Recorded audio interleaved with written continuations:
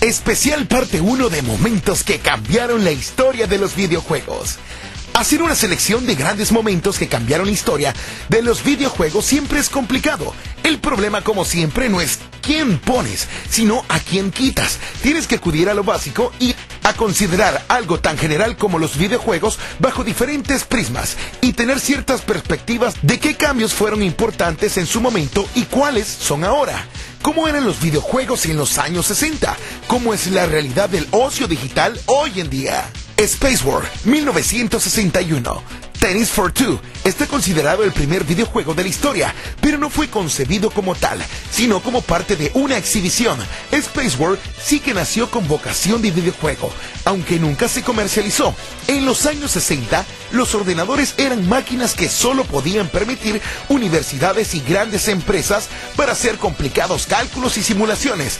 Fue creado por Steve Russell por el MIT, el Instituto Tecnológico de Massachusetts, uno de los más prestigiosos del mundo, en un ordenador PDP-1, y era un shooter en el que dos naves espaciales tenían que liquidarse la una a la otra, teniendo cuidado con estrellas que habían alrededor. Sus gráficos eran extremadamente simples, pero ya incorporaba físicas y había que estar atento a no quedarse sin munición. Llama la atención lo pronto que se comenzaron a crear videojuegos y que casi todos los primeros ejemplos se dieran en ámbitos universitarios, fruto de la experimentación.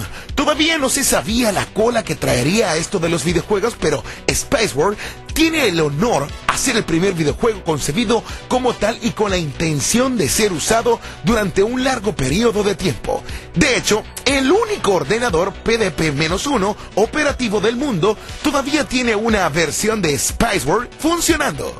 Pong 1972. Cada vez que se habla de momentos míticos en los videojuegos, es prácticamente imposible dejar a Pong fuera de la selección. Fue uno de los primeros videojuegos destinado al mercado doméstico, desarrollado para ganar dinero. Pong ayudó a crear la industria del videojuego. Su creador fue Nolan Bushnell y lo hizo para la empresa Atari, que desde ese momento se convertiría en una de las fuerzas motrices de este nuevo mercado. Siguiendo los pasos de la Odyssey, Pong barrió desde el primer momento y se convirtió en el videojuego de su tipo de más éxito. Durante muchos años los únicos juegos que existieron fueron variaciones del Pong, con más o menos elementos periféricos, colores, modos de juego. Pong fue uno de los responsables del inicio de la fiebre del videojuego de los años 80 y hoy en día es un ícono de la cultura pop. Recreativa de Pac-Man 1980. Durante los primeros años del videojuego, la atención de los jugadores se dividía entre los sistemas domésticos más discretos y los salones recreativos. En estos locales se podían disfrutar de juegos más espectaculares y completos, desarrollados con tecnología de punta, con placas propias. Los estudios se echaban toda la carne en el asador a la hora de crear juegos para el coin-op y los arcades proliferaban en todas partes del mundo.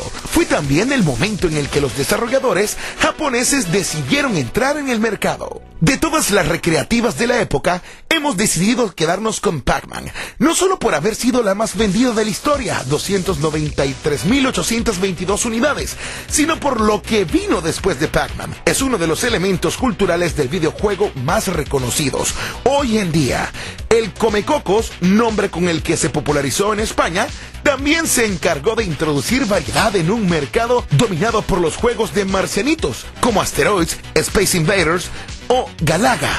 Pac-Man revolucionó los videojuegos y nos preparó para lo que vendría después, la llegada de los japoneses.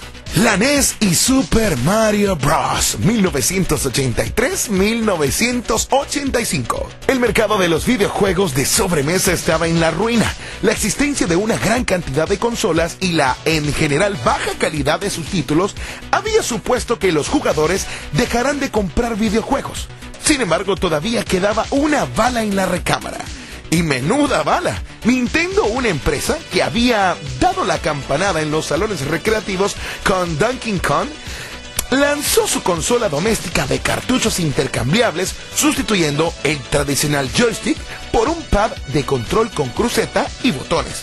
La NES cambió todo, y no solo desde el punto de vista de los videojuegos, sino que creó las bases del sistema actual de los licenciatarios y las divisiones entre Third y First Party, y controló muy de cerca la calidad de los juegos que salían para ella, a finalizar para establecer un factor diferenciador con sus competidores. Un par de años después del lanzamiento de la NES, Nintendo remató la jugada con Super Mario Bros., el juego que lo cambió absolutamente todo. Este título inauguró toda una nueva generación de videojuegos que se alejaban de los principios arcade y ofrecían continuidad, más libertad de acción y sobre todo con un principio y un final. Los videojuegos nunca más volvieron a ser los mismos. Sintonízanos la próxima semana con la segunda parte de los momentos que cambiaron la historia de los videojuegos. Soy Brian Enamorado y seguimos en Fuera de Control.